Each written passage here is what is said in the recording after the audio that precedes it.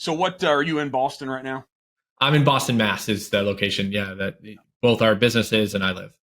I was there, always trying to make connections. I was there 3 or 4 years ago, and Yep. that was my first experience. And it was the smallest big city I've ever been to. Oh, yeah, Boston. You can walk the distance of the city, but yeah, it's claimingly large. But yeah, you can Yeah. walk a large portion of it. It went up to Harvard and walked the campus and did all that stuff. Nice, So that was neat. nice. It's funny how we build in our minds what things maybe could be, like the pyramids. And if you go to Egypt and you see the Yep. pyramids and you realize the city's right next to them. Oh yeah, Yeah, yeah. And it like with all the pictures that they take for the pyramids and stuff like that, you don't see that, right? Because they know how to blurt it out. And so then you walk. I mean, I've never been, but I've heard the same story. Basically, you walk right next to the pyramids, and you're like, wait a second, like this isn't. This is there's a whole city like within miles of this. there's a city and there's a golf course. There's all these things. Where'd this come from? Yeah, exactly, Yeah, it's exactly. wild. We as Boston, it was cool, and then walking. But even on the campus, when I walked up there, it feels like you're in a significant place because it's Harvard, right? Yeah, But it's like, well, this isn't really isn't that big. This feels kind of normal. Let me touch some of the statues. And what was your experience at saw on LinkedIn at University of Connecticut? What was your experience there?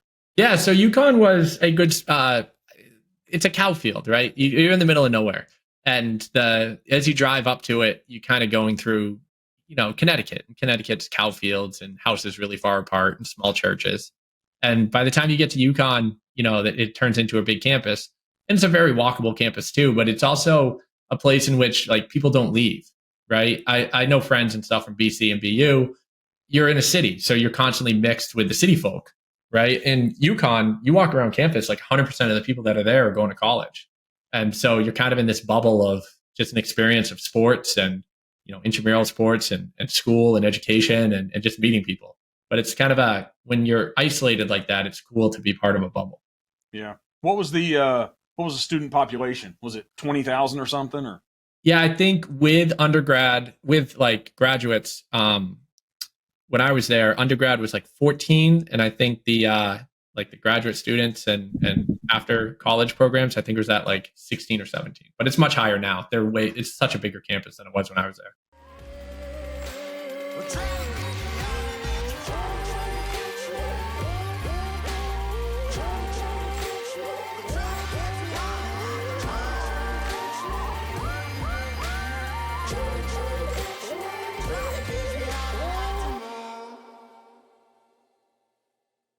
so it's unique. So you're a founder and CEO of a company called 923 Studios, right? Or Yes, that's Studio. correct.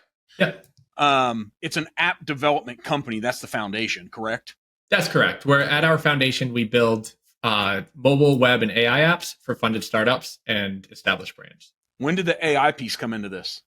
We've been doing AI since 2017, and to be honest, not many people cared too much. They didn't ask us about it, and we didn't have to advertise for it because it was just one of those projects that we had worked on. And then, 2022 November hit, and everyone's interested in that topic, and it looks like a lot of agencies are starting to put it on their website. So yeah, it's funny that has anything changed for you, or is it just the same? And you're like, guys, you're late to the game. Has it done anything different to the business? They call it AI instead of ML. What was ML? Machine learning is what we actually do, and what many AI projects do is the algorithms and the pattern understanding of like where nuances are and where anomalies happen. The AI part of it is just it's like saying like I'm going to buy a piece of fruit, right? And then having the banana guy being like, hey, I'm really good at bananas. I know how to grow bananas. I can grow oranges too, but it's not the same family, right? It's the same with AI. Like AI is an overarching knowledge of technology. And there's generative AI, there's large language models and all that stuff we're hearing about in the news today. But machine learning at its core has been around for a very long time, and it solves some great engineering problems. And so to have those engineers on staff has been hugely beneficial to us. So you coming from this, it's fascinating, like this nuclear engineering background. Yeah. Right. So what does you having that background and working with submarines and stuff, what has that done for you and being able to work in this machine learning environment for building apps? Like, does it benefit you tremendously here? Yeah. I mean, when I started, right, my first job out of college was in nuclear submarines as a mechanical engineer. So I was in charge of the hovering pump, which keeps the boat in one place as it goes about the ocean or needs to stay in one spot as the waves start hitting it. And as a mechanical engineer, you have a lot of calculations and analysis to do, but my mind was always thinking about design and software. And so pretty quickly, within the first 2 years, I migrated to the program office and then the design office, where I was able to design some features for the aft end of the ship. And that experience taught me, like, all right, you're pretty good at software, but now from a software standpoint, what can you do with that? And my first foray into that, I got asked to work at a supply chain and as a supply chain analyst, and it was still on nuclear parts and stuff. So still in that realm of designing for nuclear components or nuclear facilities. And my mind raced to, how do we track parts on a supply chain floor? And so I ended up inventing a process, and it's we got 3 United States patents for triangulating manufacturing parts using Bluetooth. But that technology, like the core essence of what we did to solve for that problem, was machine learning. We, put in algorithms to determine there's 14 variables. We only had 11 knowns, and we had to figure out those 3 unknowns using location analysis and triangulation. And that's machine learning. That's one of the core essence of trying to figure out problems. And so, yeah, in 2012, 2013, 2014, I was doing machine learning for supply chains, basically. And that has helped me in the agency sell projects when people ask. What, so you guys have developed, I think, 50 plus apps. Mm-hmm. Is what I believe. And I don't know if it's where the startup piece, you've been involved in 12 to 14 startups. So how do you identify selfishly from your brain? This isn't out here, giving a sales pitch and trying to recruit new business, but how do you identify, hey, this is somebody I want to target to go work with? Is that how your brain operates at all? Yeah. I mean, it's not that I'm targeting anybody, right? There's no specific outreach that I do to a specific person at a job and saying, hey, like, you need to use machine learning. The opportunities that happen a lot is in conversation with individuals where I'm like, that's interesting. You run your supply chain factory like that. Or, when you calculate your throughput, are you including efficiencies about your labor, or are you including efficiencies about downtime or maintenance? And those conversations lead to some questions that they start asking, like, I've thought about hiring a consultant, or I've thought about hiring somebody to assist me with this. I don't even know what the cost would be. Right. And what we're ultimately doing, like what any good technologist does, is return on investment. And so if I can promise them that the technology we supply has a return on investment of a year, less than a year, then it's a no-brainer, right? Because you're in theory installing custom software where there used to be inefficiencies, and they are now taking those inefficiencies and using the technology to enhance them, therefore reducing their margin, right? Or increasing their margin and increasing their profits with the same resources. And when you can do that, you pretty much are printing money at that point, and you're the person helping them print money. They love that. Yeah, right. That's great. What, when you're involved with a startup, a lot of times are those startups is the app a critical piece of the infrastructure of the startup, or is it like the foundation of what the business is, or is it a utility for them? Like, what's that startup piece look like versus developing an app for an existing business? Yeah, it's a great question. When we were building those 14 startups, we thought that was the foundational piece that everyone wanted, and that would turn to gold. The reason why we no longer build our own startups is because there's a whole aspect of sales and marketing that needs to be put into a product to make it work. And you can build the prettiest product in the world and have the worst sales team, and you're guaranteed to fail. However, you can build a mediocre product and have a phenomenal sales team, pretty good chance of success. And so that scale, that imbalance of marketing and sales is just so important that the product is really just a gateway of what you're selling. It's almost like, I always love the Tommy Boy analysis when he's selling the brake parts, and he's like, what's a guarantee? What's not a guarantee? But if you're selling any piece of hardware and you're looking on the shelf at 2 things, and one has all the writing and the other one's the brand name, there's a reason that you picked that item. It's because the sales and marketing that had brought that brand name to where it is allows you to have the trust and the empathy and the stories behind that brand name to select that, no matter what the other one says. And I think that's true with, anything that goes into the market. And so early days, we thought the product mattered. Now we realize it's the story you tell, the product you're putting out into the world, and it's a full package. Have you found yourself, so you have this title, 2 titles, founder and CEO. Mm-hmm. What did the 2012, 13, 14, 15 Andrew, founder and CEO, what didn't he know that the 2023 does?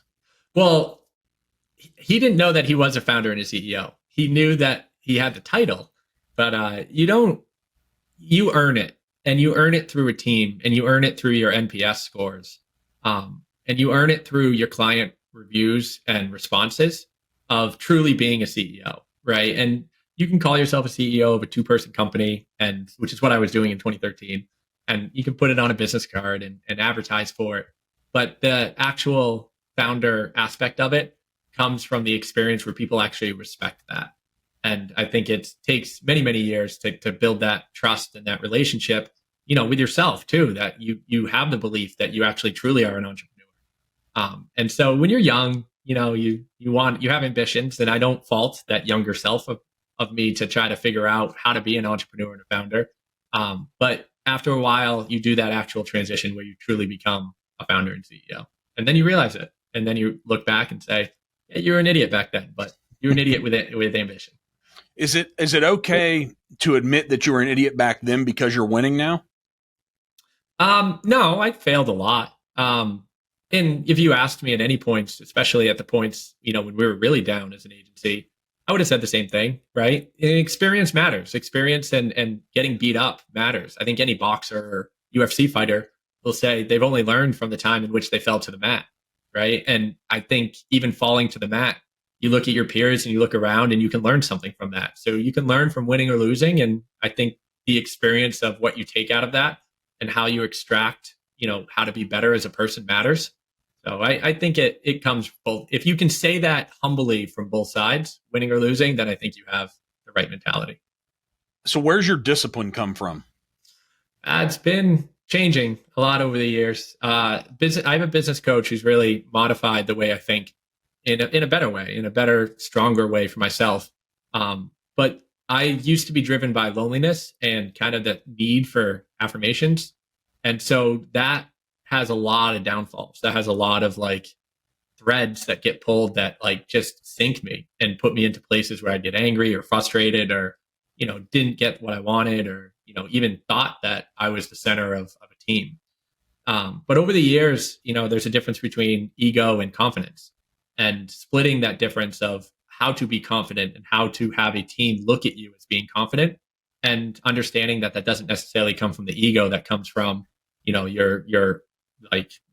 inner self and your inner being and how you treat others. That can still emanate confidence.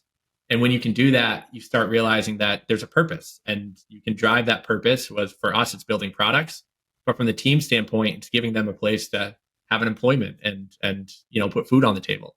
So with all that said, I think the understanding of becoming a founder and CEO makes into the fact that you have responsibilities of, your employees, your team, and your clients that truly matter.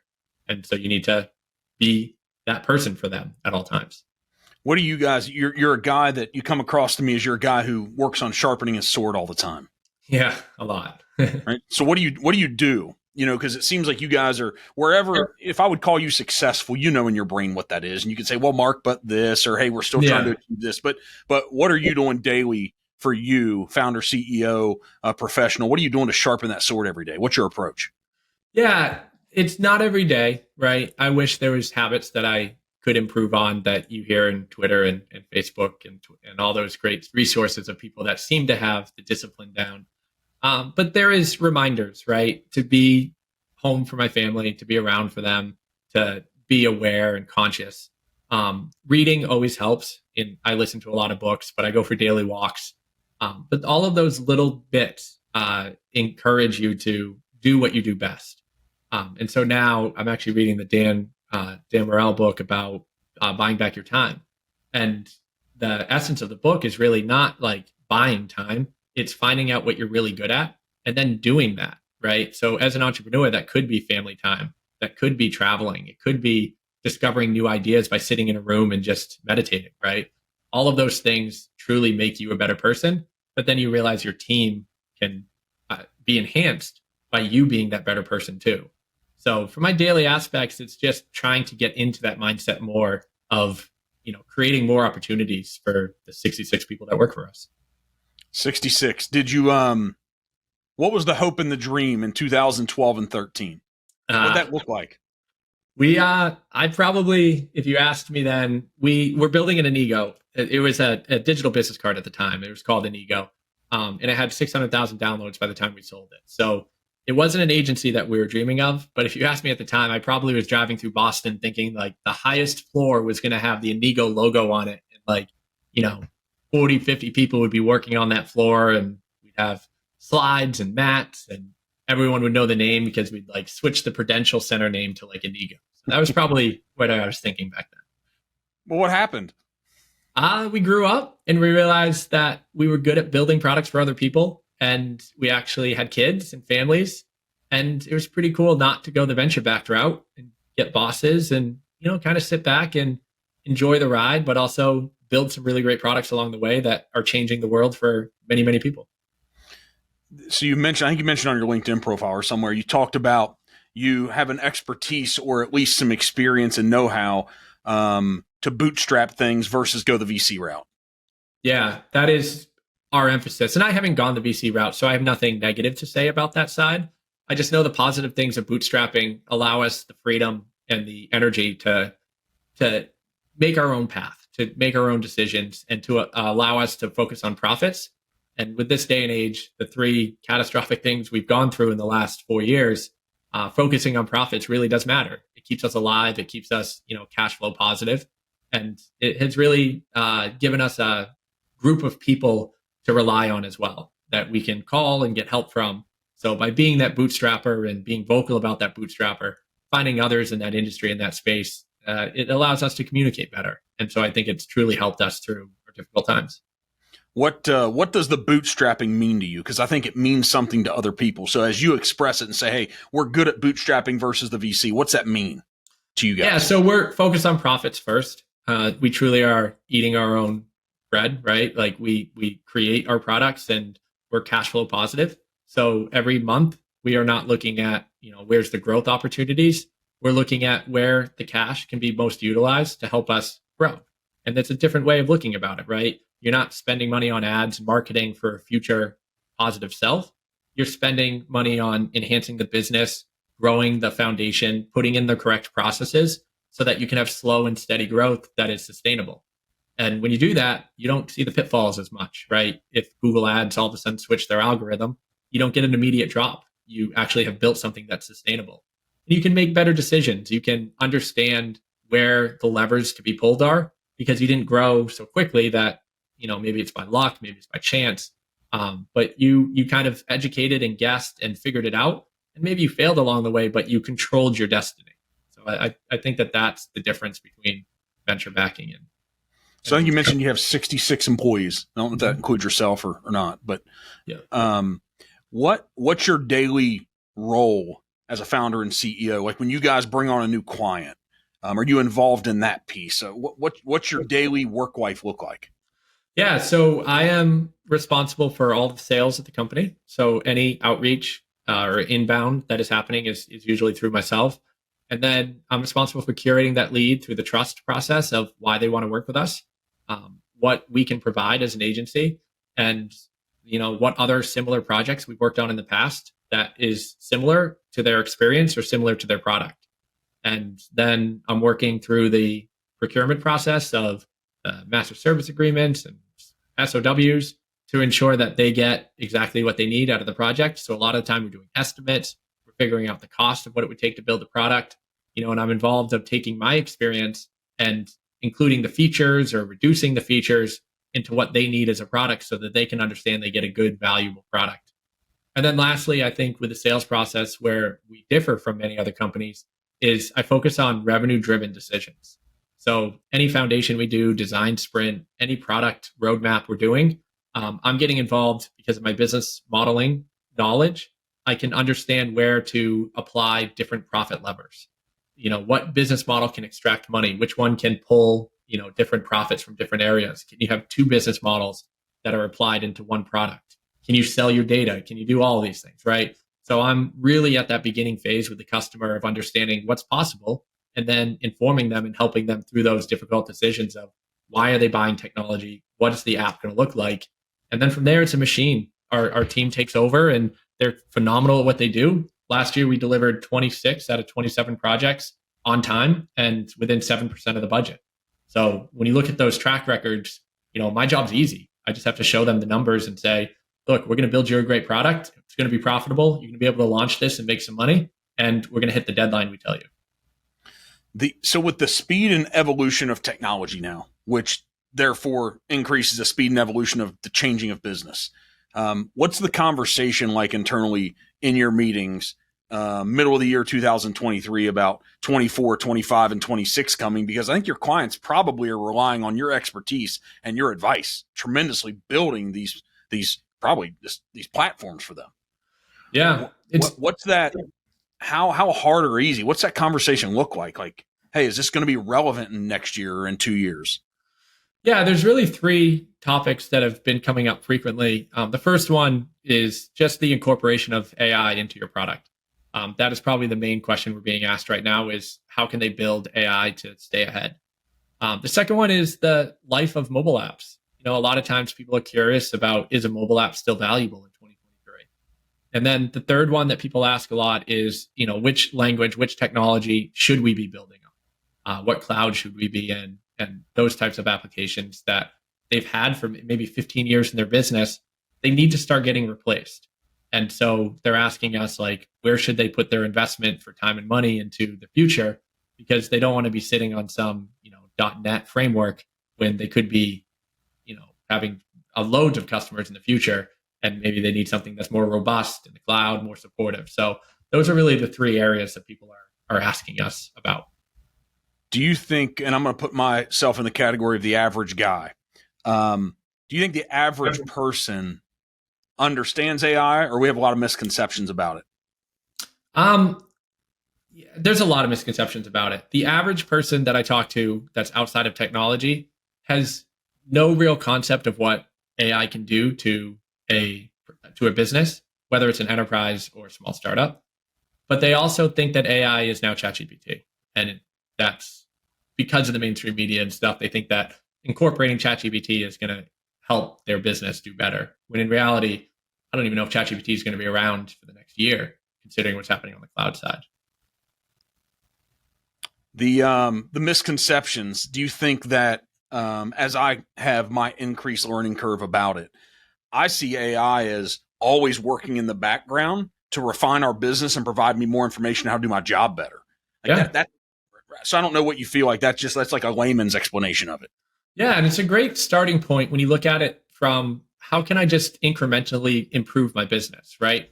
Not how can I modify my business to, incorporate some sort of ChatGPT into it just because everyone else is.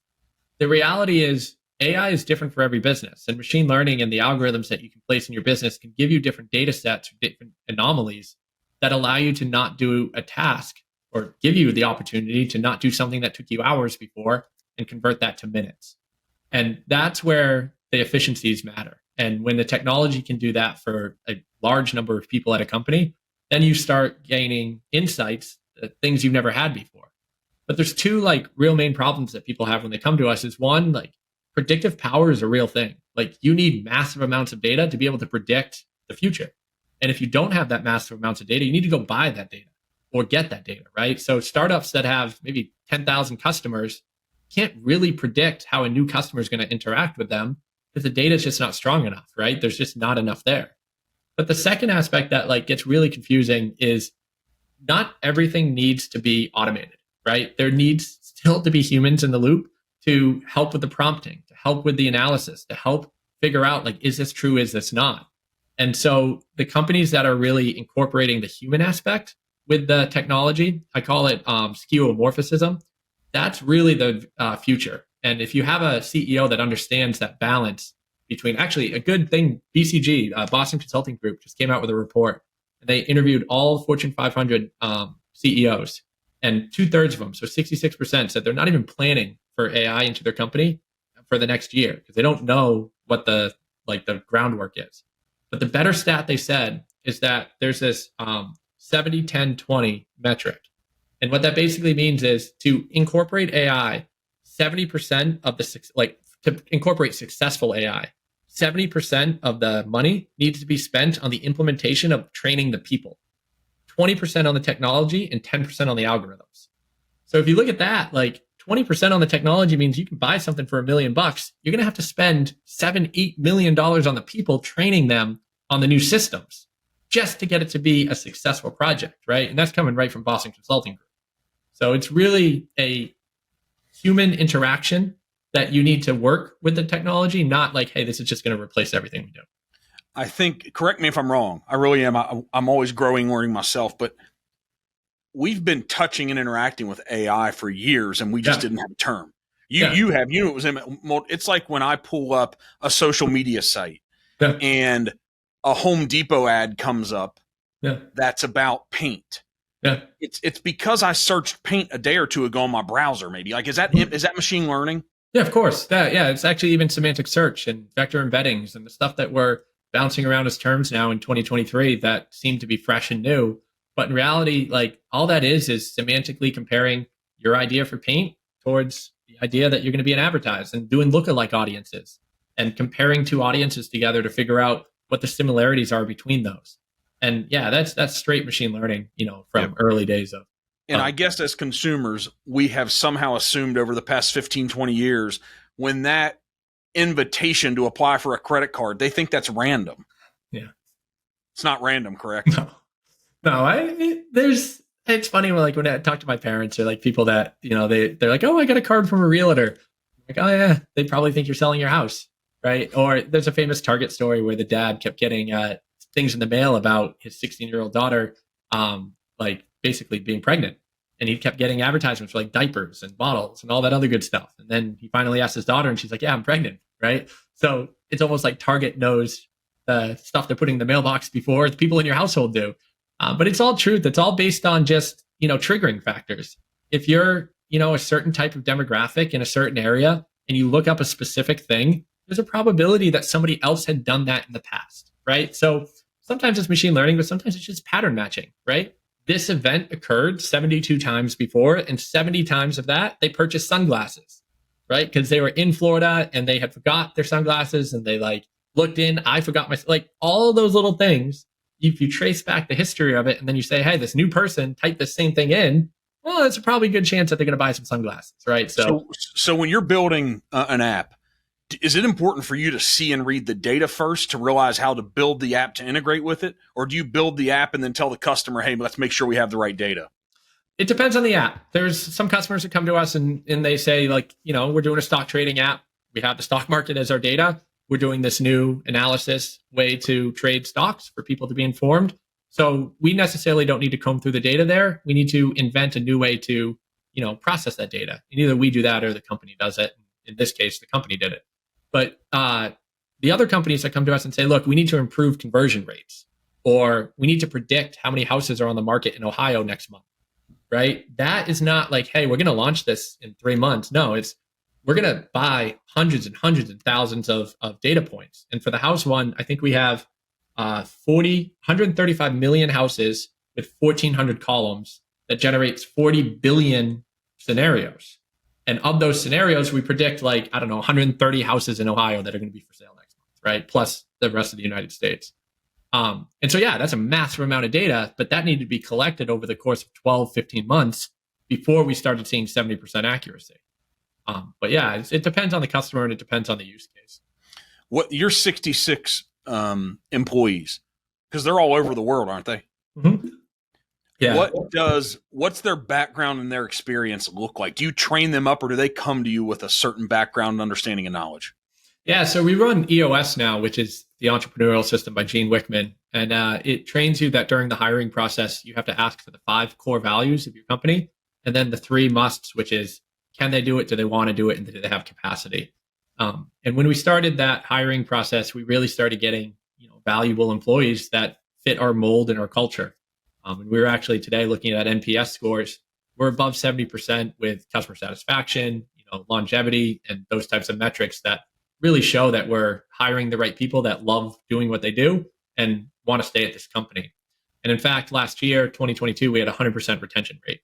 So the hiring process with this culture first allows us to go through the interview process knowing, are they going to be a good fit for our core values? And then, do they have the skills and the capabilities to hustle the same way we do? And the answer is yes, then they're a good employee for us.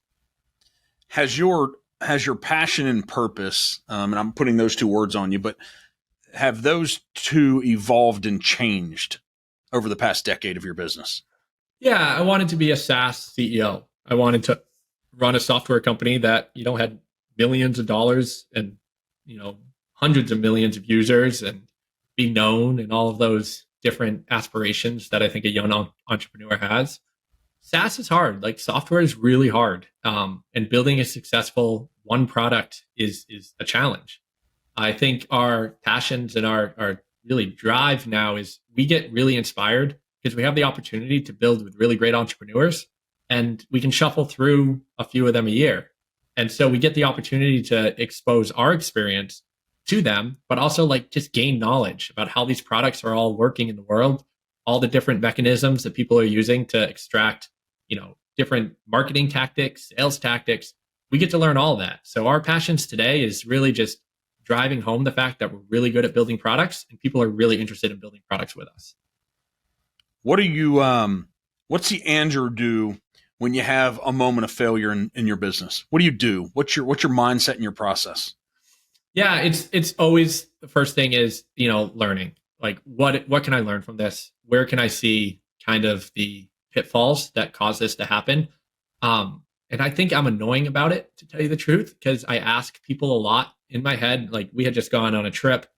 We did a foundation launch up in Wisconsin, and I knew it didn't go right for a certain part. But I kept asking, like, what can I do better? How can we do this better? Like, what is the issues? What was the problems? Why did we fail at this? What can I do better? What can I do better? What can I do better? Like that constant need to know that like something happened and we missed the mark, right? And it was just this little moment in time, but I needed to figure out in my head how to get around that the next time. And I think by asking the questions and continually to think about it, we'll evolve and we'll evolve together as a team because it'll be top of mind when we get to that point again. So I think it's the, ability to ask stupid questions and then, be conscious enough that you failed and figure out how can I improve for the next time? I think that's what I do consciously. Have you been an athlete in your life? Oh yeah. I still wish I was today, even though I don't know. My wife doesn't want me to stay being an athlete, but I try my best. You can tell. And there's a competitive spirit, I think, that comes from people that have done something competitively athletically. Yeah. And you can sense that. And because I think that happens, whether it's on a court, whether it's wherever it is, a gym, every day you're going through that. That growth moment, because you're failing in athletics all the time. Yes. Yep. Was it a team sport or individual? What was it? Yeah. So growing up, I played football, basketball, and baseball through high school. And then when I went to college, I played flag football around the country. And then I tried out for the basketball team, got pretty far with it, and then ended up being the mascot, which people on the podcast can see my mascot emblem there. So after college, I played softball. I played competitive basketball for a very long time after college. But yeah, it's just one of those things, the team sport aspect of it and the ability to let loose your competitive spirit and to have, those moments of triumph and those moments of failure, it's almost like dopamine rushes, right? You crave those. And I can feel those as an entrepreneur, but they're slow coming and they're also fast leaving, right? Whereas with basketball and stuff or any other sport, you get that like build up for a day and then you hit that shot or you throw that touchdown and you get that like feeling that you can just kind of replay in your head where it's both the feeling and the moment, right? And I think that competitive aspect is kind of dreaming to get back to that point. What was it like to be the Husky at the University of Connecticut? Well, give us a day in the life at a game. Yeah, so the suit itself is incredibly hot. It's a giant fursuit, and the head attaches to the waist, so you can't take the head off if you're like having a tough time breathing or whatever. You have to go into the back and like undress completely because it's just impossible. But the head also has this little tiny hole in it, so you can see out of it. That people realize you can put popcorn and hot dogs and anything else in there. Because I can't take the head off, it will bounce around all game. But yeah, the two rules is you cannot talk and you cannot touch the other mascot. So those are kind of the mascot codes. We're all in a group chat, even to this day. There's an email chain of all of us. So there's a job opportunity. I kind of see around the country which mascots are moving around or switching, which is kind of cool that they're still part of a club. But yeah, it was fun. It was a good time to travel with the team. So basically, you become, if you're the top dog, which takes a few years to be the number one mascot, and then if you're the top dog, you get to pick men's basketball, women's basketball, soccer, or football, and then you would travel with that team when they go to events or when they play a game. And then at the game, you bounce around and do your thing, get paid $12, I think, for the entire game, and then you come home with the team and do your studies. Did you choose women's basketball being at UConn? Yeah. So funny enough, I went to school in 2004. So that spring, they won national championships for men and women. Mm-hmm. And so end of 2004 was my first year. I wasn't the dog then. So, freshman, sophomore year, no championships for either team. I became the dog in 2007. And we did not win the championship, men or women's there. And then senior year, when I was a top dog, the women's was the number one team in the country and the men's was the number one team in the country. And so I had selected the men's Final Four or whatever, the NCAA tournament. We lost to George Mason, which still hurts to this day. But yeah, the woman ended up losing, I think, to Notre Dame that year. So I went 4 years, the only time, I think, since like 1999 that is one of the basketball teams didn't win a championship. Hopefully that's not an indication of your business success. Yeah. Or the dog. Maybe the dog was a reason why those 4 years were not that good. Do you have animals today? Is your family? I mean, you're not going to be surprised to hear that I have a Siberian Husky named Kemba after Kemba Walker. It's funny how, isn't it funny how you're in the world of machine learning, predictive analytics, AI, and I'm sitting here and I'm like, you're an athlete, aren't you? You're like, yeah.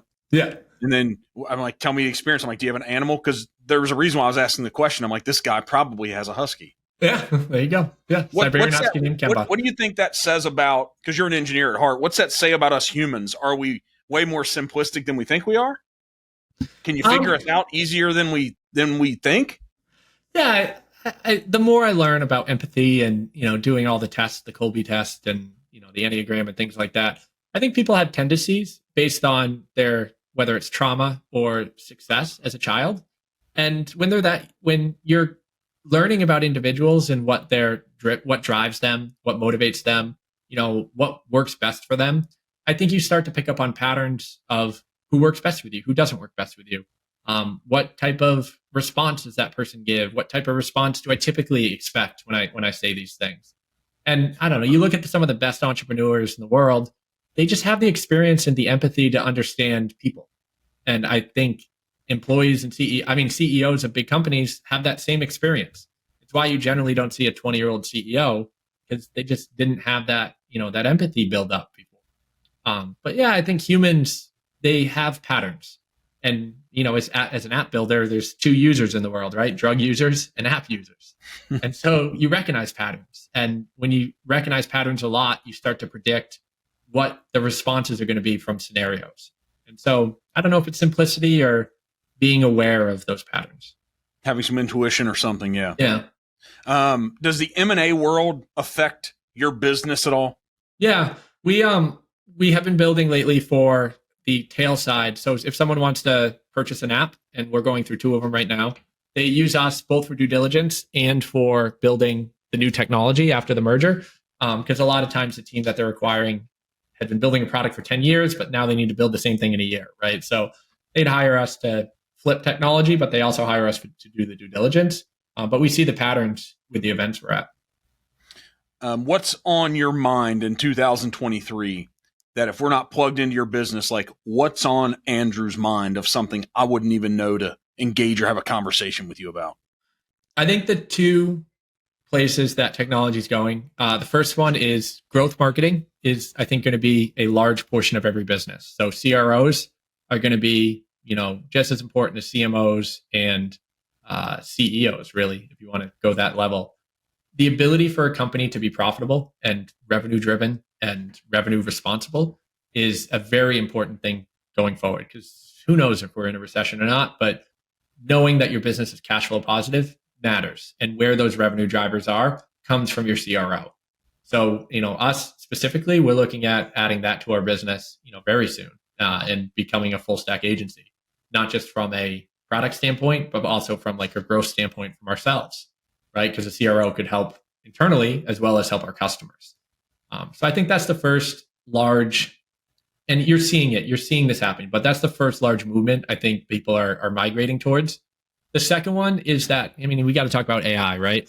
But the second one is really, how are large companies going to use large language models privately, securely, and without worrying about private information being thrown across the wall to stuff like ChatGPT that is really just open source, sucking in as much data as possible. And what is being talked about a lot online is how to use apps on ChatGPT, how to use Twitter, and basically like sync your information to ChatGPT. And I think that's a horrible solution for the future. The big companies, the cloud, AWS, Google, and Microsoft Azure, what they're doing is taking their cloud platform, which already has the privacy built into it, and they're introducing features to use semantic search, large language models, and those types of resources that people are going to want to use for their company, but they're going to do it in a secure, manageable manner that they can introduce to their company and say, look, like this small subset of data that you can introduce us to, it's not this giant language model, but this small subset, which is your business processes, your communication, how you treat people, all those things that matter to your business, that's your IP. We're going to model that. And we're going to use, semantic search so that you can find that information quicker, so that your customers can find that information quicker. But knowing that that IP is behind a barrier and a wall, and that some employee just can't chat in like, hey, Joe Schmo's social security number is this, and I'm curious what 3 websites he was on last month, into ChatGPT, like leaking information like that, I think that's going to be important for the next 3 years. How serious is the topic of privacy? It's not serious enough. I mean, I have a problem with Apple and the way Apple does it, because their phones are not secure the way that they advertise them, right? The people that are using the phones are using browsers like Chrome to access data and search, right? So while that phone is relatively secure from hacks and things, the way people use them is not, right? And so when you asked before about, getting something in the mail, it's coming from an Apple device. It's not just Apple's little lock thing on the Apple is not protecting you from exploiting the marketing tricks that we all know about. The security stuff that needs to happen inside of a corporation, though, is massive. And now with large language models, their whole goal is to learn the internet, right? And to have knowledge around every single business. So with Salesforce having every single way a consultant can operate a Salesforce pipeline online, and HubSpot has that online, there's going to be no need really for a consultant if they keep going by keeping this information public. I can just be an AI consultant for HubSpot, knowing all the answers that a consultant would know because it's public data, right? And I think HubSpot and Salesforce know this, right? They need to privatize how their business operates. But this is going to come quick when we start realizing that, your consultants that were just really good at looking up information before and helping you learn software or helping you be a better person inside of a company, if that information was public where the consultants are getting it from, it's now going to be an AI bot. And if we let that go into these AI bots, now all of a sudden you've reduced that middleman. Great for the customer, great for the company, but maybe not so great for the profits of the consultants or the company.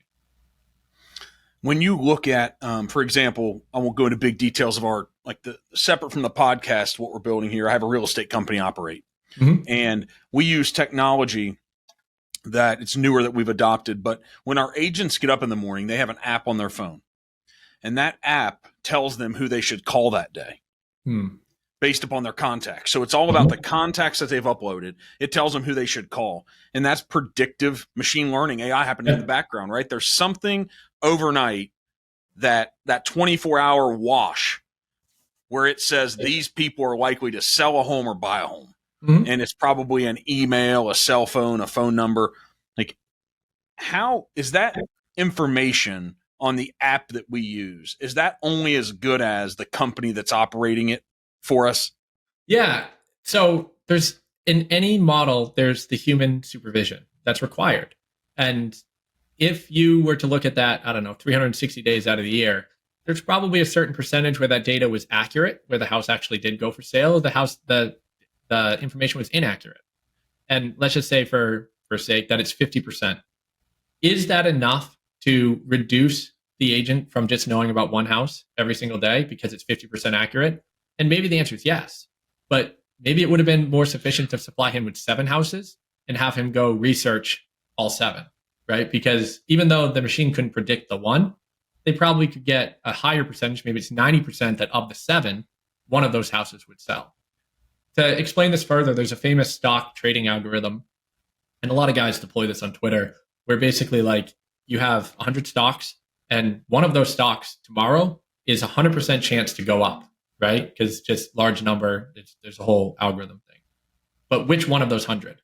So instead of sending your entire audience to, like your pick, because you picked the one stock and you're supposed to be a really good stock picker, just split your audience up into groups of 10 and pick the one stock in one of the groups to give that percentage a 100% chance that that group is going to see the successful stock pick, right? And so even with your agents, you kind of have that same analysis. Like, one of your agents is going to say this app was really good because they sold the house, but the other 17 agents are like, that one didn't work. But you don't hear about that, right? You hear about the one guy that like looked at the stock, looked at his phone, saw the house, said, hey, this house sold. But in reality, you really got to do the human supervision. You got to dive down into how many of these predictions did we make, how many were accurate, and who failed, because that's going to matter. What do you prepare your clients for when they launch an app, about the tweaking, about the evolution, about the consistent construction? Yeah. So the next iteration of it, the thing what we do that I think is different than many other agencies is we launch with revenue producing aspect to their business. So immediately after launch, they should start measuring where the users are coming from, what their LTV is, so lifetime value, and what their CAC is. Like how much money are they spending on marketing and business to bring in a customer that is turning into actual cash. So if the product is successful, in theory, you should have an unlimited flywheel. We've seen that before, and it's like magical and addictive, right? But also, a lot of times it's not. And you have to figure out what levers to pull from a marketing side to ensure that that product can be profitable in the future. Maybe it's more product, but also maybe it's more marketing, right? And that truly matters. So we don't always want the money after you launch. We want you to be successful. And really, it's product sales and marketing that matters. You talked about the human element earlier when we were discussing some stuff. I'm sitting here because if selfishly for our business, if we don't have the right people engaging with the data, what the heck are we doing, right? Correct. And so what is it on how important is the human piece of it? Because it's all over it, right? It's the human piece of you and your employees building it and understanding the business. And then it's probably the leaders inside that company probably selling and getting high adoption rates. Like how much of the success of an app is it the employees, the business versus, I guess, predicting how are their customers going to engage with this? What's like, where's that responsibility? Early, what did you say? 70, 20, 10? Yeah. Like, is that what you're talking AI? Yeah. When you launch an app, you see success with second-time founders a lot, right? And it's because they've gone through the failures of what happened the first time. Like, why did it not go well? But the second-time founders always hire a good team because I think they know the positions that were beneficial to them the first time. And they also know the positions that didn't have a good return on investment, right? And when you look at a second-time founders team, like cross-sectionally, you'll see positional, like engineer manager, right? Or marketing manager or growth strategist, or right, those positions that typically wouldn't be in a first-time founders handbook, they appear first in a second-time founders. And I think, if I had to do it again, one of the first things I would hire would be a growth marketer, right? A person that truly understood marketing to, from the very beginning, understand how to build together. So a product gets released, the marketing is right in line with it, right? And it's almost like a marriage, and those two things matter. So I think from a people aspect, you learn the positions and the benefits of who can help you grow products. And then you kind of employ the best that you can find in those positions to help launch what's needed to be launched. Did the Andrew, when you're working on the balancing of the submarine, that mechanical engineer Andrew, did you have any idea that you would be doing something like this? I think deep down, I knew I needed to be an entrepreneur, even as a kid, right? So I was always building Legos and Connects. I knew I needed to be an entrepreneur. When I was working on the submarines, I wasn't fulfilled for sure. It was like to do anything, you needed 25 signatures, right? To get move to anywhere, to talk to anyone, you needed signatures. And even flying to Washington to present, you needed signatures. And I just hated that bureaucratic process, and it just slowed me down. Once I discovered that there was a way to, be free of that, and then discovered that like I could, paint my own future, then all I needed to do was find my business partner, which was Pavel, for, kind of that yin and yang of someone to go along the journey with. But from a young age, like I knew I needed to be an entrepreneur. I didn't know that I'd be running an agency of 66 people, but I knew that like we were going to do something in software together. So it's easy to say this wasn't your passion. I think that's a different, people ask that, and you hear it on podcasts a lot about like, are you working on your passion? Mm-hmm. I think the vocation is different than the aspiration, right? So vocationally, I'm doing exactly what I love to do. I love building things, and I love seeing those things be put out into the world, and then having an immediate feedback loop of downloads, user feedback, reviews. So vocationally, I am building like very beautiful products for the world, and I love that aspect of it. Aspirationally, it's changed over time. Like I originally wanted to build a SaaS company. Then I wanted to build, a startup studio. Then I wanted to build a venture studio, right? Like in my head, aspirationally, I was like, I can be the leader of this. I can be the leader of this. But vocationally, like passionately, what I truly love doing is building products and building mobile products and application products and AI products, right? I love that. And so I don't think there's anything wrong with saying that my passion like matches what I'm doing, but it just was misaligned with, what other people envisioned it to be or what other people called it. Yeah, I think you're right. I think that you can find your passion, right, whether it's within the vocation or within the process, and sometimes that evolves. Correct. And you can't wait to find your passion. I mean, if you're sitting here waiting and looking for the how all the time, it's probably not going to show up. That's been my experience. Correct. Yeah. So you're a critical thinker. Yes. Was that natural? Was that the 16-year-old Andrew? Is that a high ACT scoring Andrew? Like where'd this come from? Is this an evolution, or is this who you've always been? Yeah, I think engineers naturally have that. So, being a builder, Legos connects as a kid and stuff. You're building products at that age, right? You're building ideas from blocks and bricks. And that allows you to that allows you to understand that anything is possible, right? As long as it's supported by gravity and kind of make sure it doesn't topple over, right? But anything is truly possible. And, that was foundational for my parents and stuff, is that you got to be what you want to be.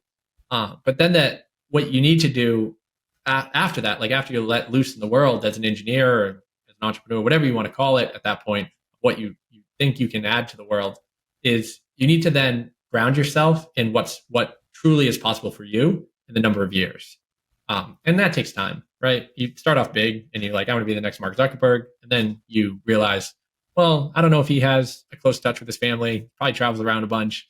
Seems like he has a lot of pressure going to Washington, D.C. a bunch of times. Maybe that's not for me, right? And, jealousy is always the idea that you need to be fully jealous of everything of that person. I'm not really jealous of Mark Zuckerberg. I don't want to be him, right? And so when you're younger, you see the benefits of, the people on movies and TVs and Twitter. But then as you get older, you start to meet those individuals and you realize, I'm kind of happy with what I have going on and the balance that I have. So it's good for the individual, but everyone kind of aspires to their different levels of success. What type of dad is Andrew the engineer? Yeah, I try my best, to spend as much time as I can with them. I'm trying to teach them, different things. We listen to a lot of music videos and stuff. We don't watch TV, but we watch, different bands and stuff playing on TV. But we also big backyard with a bunch of toys. And so when I'm done work, typically we're out in the backyard, like football or basketball, swings, trampoline, something along those lines. Or riding around. My son has a little dirt bike. What's the a little bit adventure. What's the go-to music? What's the go-to band? Yeah, so it's great that my kids are starting to evolve to like music that I like, but they're really into the Bleachers right now. So we big Jack Antonoff fans. So what would be Dad's favorite music? I like a lot of indie music. So Ripe, Bleachers. I'm a huge Dave Matthews fan. I guess he's not indie anymore, but yeah, we actually went to a concert this weekend. But yeah, so the jam band style, funk style, independent music where people are writing and singing their own music is just related to an entrepreneur, right? Right. Yeah. I was going to say it aligns with what you're doing in life. Yeah.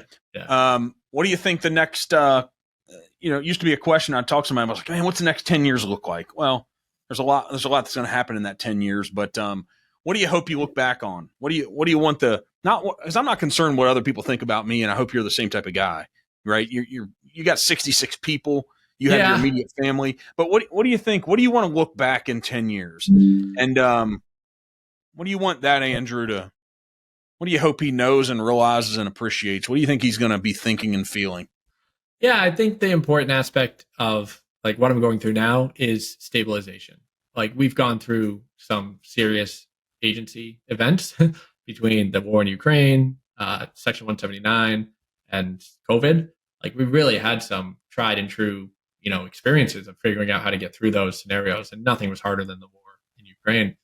But when I look back, like the success of getting through that didn't mean much besides the fact that we're still a family. Like I don't want to call us a family, but it's still a team of entrepreneurs that work together and rely on each other and supply, the needs of each other to whether it's communication, just someone to talk to and things like that. So we've bonded, right? And that has been hugely important to us through all of these events, that the ability that we can just come back together and say, hey guys, we're going to get through the next event because we made it through the last one, right?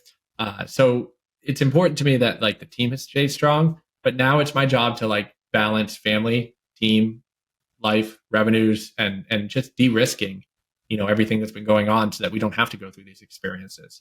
So I'm hoping that, in the next 3-4 years, we get to the point where things just flow and, we're not stressed as a company. And, I don't look at the NPS scores and see that there are members on there that are stressed, and it stinks to see that. So hopefully we can overcome that and have a company in which not only everybody loves to work for and a family that, loves to be around dad, but also like we also have the time for each other to build these products and still be with our families. So I was thinking about, man, we're about to wrap up and this is the last question, but you invoked this idea of balance. Yep. Oh, the question of the work-life balance. What's your go-to when you hear that? What's the conversation personally, professionally? Yeah, I'm still learning, right? It's a challenge because you got to do sometimes what you need to do at work just to get through the day. And sometimes you see stuff as important that you need to adhere to. But I like the idea of like, how much is your family worth from an hourly standpoint? And then balancing, is this task worth more than that? And it gives you kind of the perspective of, well, it's just an email or it's just, something that I can get to tomorrow because the hourly rate of my family is much higher. So I like that kind of way of thinking of, this value to me and my hour time is worth this much. And this email is not even compared to that. So let's skip it for today. What's I always try to give people an opportunity at the end. It's like, what's on your mind on something I missed or a parting shot. All the production team, they'll put the website and how to engage with you guys and stuff. But like, what's happening? What's the final parting shot for us? Questions, statements. Tell us how awesome and amazing you are if we haven't already figured that out over the past hour. What book are you going to write? What are you going to go like sail the world in 3 days and set world records? What's on your mind? What's the final parting shot? I don't know if I have anything that's that aspirational. I think, from a business standpoint, we're in this like transformation mode. We've done really well as a business for the years. And now it's just stabilization. We just need to figure out how to get consistency through clients, through turning projects around and really becoming that brand name in Boston that people recognize and love and, have great reviews. So I don't have any aspirations for myself, or I'm not going to fly around the world after this is all done. But I think it's, we're seeing the light at the end of the tunnel and we just need to accomplish that. So something just crept up when you said that about Boston. So I also saw you guys are really relevant in the Boston. You guys call it a metro area. What do you call it? Greater Boston area. Okay. So take Greater Boston. Did you always think about your business as, hey, let us be relevant and really operate? And I don't know if you use the word dominate. My competitive spirit says that. But do you approach it more that way when maybe 10 years ago you wanted to conquer and take over the world? Yeah, I think so. I mean, especially in the Boston area, it's easier to think locally than globally. And our customers from all around the world. So it's not like we're specifically Boston customer based as well. But yeah, I think the city itself is just, it's home for me. It's a great sports city. It's a great place that, I've come back to after all these years. So yeah, I think it's one of those places that I like the people and the companies here. I'm always following and seeing around the city. So I like to see them, like HubSpot and Datadog. Like, it's great to see them do so well and being from this city. So Have you intentionally tried to create relationships in your city? yeah, of course. I mean, that we're not a huge like San Francisco style city where everyone goes on one street and meets each other.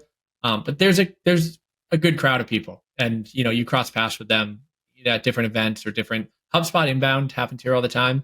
And there's a few other ones like Startup Boston where you cross paths with the same people year after year. If you're in it long enough, you just become friends, and I think that matters. Is there, this will be the last kind of wrap up we have so you can go about your day and be dad and business owner and all that stuff too. But like, were you intentional about creating those relationships that would benefit you down the road? Yes. So my business coach and I have mapped out how to go about, creating a network the right way, through, offering what I can offer to the world to them first, and being almost a servant or an apprentice to their needs. And then, getting the favor returned many, many, many years in the future when they need help through a product that I can offer. Right. But being that apprentice and just like asking questions and being helpful to as many people as possible is really how I've built the network. So basically you're talking about listening more than talking. Yeah, for sure. Right. Yeah. That's awesome. Can't dude. learn if you talk. Yep. Man, I think it's great to have this conversation selfishly for me, dude. I think you're obviously highly intelligent. You know what the heck you know what you're talking about in your field. And there is no doubt the people you're engaging with, there's no doubt they are getting tremendous benefit. And it's almost like, man, Andrew's just here to serve. It's like, that's your role now. I appreciate that. Thank you. Right. Yeah. And I think you've grown and learned so much. You have so much to offer them. I bet that you get on the phone consistently with people. And I bet if you're in competition with competitors to win business, I bet you're finding yourself winning very frequently now. I bet. We it's tough to see what happens when we lose one because we don't know what the company decides. But when we do have that opportunity to, talk to the agency or not. But yeah, we do well. We do well when they come in through the funnel, and there's like agent client fit, but there's also a client agency fit. And so when we find the right people that we want to work with, we also are more abundant and helpful to them as well, to get them at least understanding that we put our money where our mouth is, and like we can actually gain your trust at the early stages because we can promise what we can do as an agency. Yeah, you don't want to have to keep reselling them down the road, do you? No, you want just good people too. It's fun when our project managers and stuff just go week to week and really enjoy what they're doing, and the customers are treating them great, the product's going well, it's on time, and everyone's just kind of laughing on the calls, like things are going well and you have a good customer. So if we can have 10 of those a year, we'll be very happy. Awesome, man. Well, hey, I wish you tons of success the rest of 2023. Oh, thank you so much, Mark. It's a pleasure being on. Thanks for having me. And yeah, this is a great conversation. Awesome, man.